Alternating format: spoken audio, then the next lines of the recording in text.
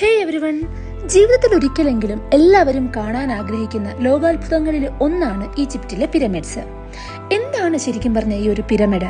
Pyramid എന്ന് പറയുന്നത് ശരിക്കും ശവകുടീരങ്ങളാണ്. ഒരു ഫറവോ അല്ലെങ്കിൽ അന്നത്തെ രാജാവ് മരിക്കുമ്പോൾ അവരുടെ മരണത്തിന് ശേഷം ജീവിക്കാൻ വേണ്ടിയുള്ള അവർ ആഫ്റ്റർ ലൈഫിൽ വിശ്വസിച്ചിരുന്നിട്ടുണ്ട്. അപ്പോൾ അവരുടെ ആഫ്റ്റർ ലൈഫിന് വേണ്ടിയുള്ള ട്രഷേഴ്സ് ഒക്കെ സൂക്ഷിക്കുന്ന ഒരു സ്ഥലമാണ് ഈ പിരമിഡ് എന്ന് പറയുന്നത്.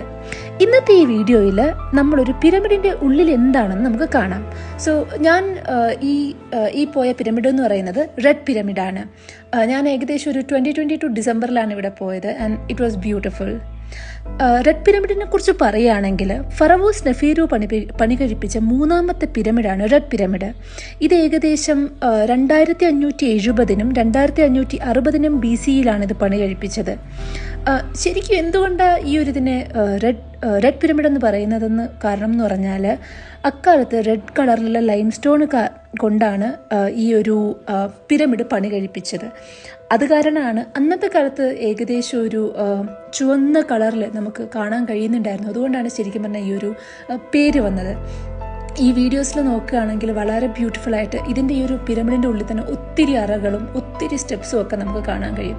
ഇതാണ് ഏറ്റവും ടോപ്പ്, പിരമിഡിൻ്റെ ഏറ്റവും ഒരു ടോപ്പ്.